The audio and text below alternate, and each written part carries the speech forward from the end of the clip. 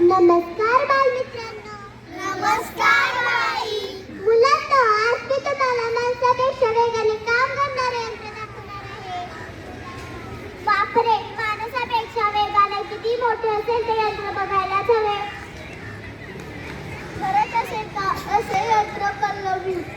मंगेश, काय रे, काय झाले? असे संगीत नजरेने का पाहतोस? बाई, त्याला वाटते असे काही नसेलच. चला तर माझ्यासोबत, मी तुम्हाला दाखवते. हे बघा मुलांनो, याला संगणक म्हणतात. बाई, वायर टचली हो आणि वायर लावला म्हणजे काय झाले आहे? अरे, याला माऊस म्हणतात. इंग्रजी यंत्राला माऊस म्हणतात ना. बाई, हे इतके छोटे यंत्र कोणकोणती कामे करते सांगा ना. हे बघा मुलांनो, संगणक छोटे आहे परंतु संगणक खूप कामे करतो.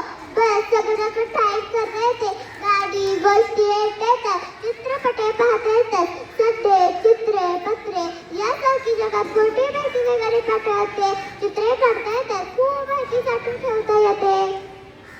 बाई, पुस्तकातील 5 चित्रे संगणकावर पाहता येतील का? कविता ऐकता येतील का? हो, बाई, आम्हाला दाखवा ना मग. चला तर आपण ऐकूया. एकदा पुरीला हसली, रडली पुरी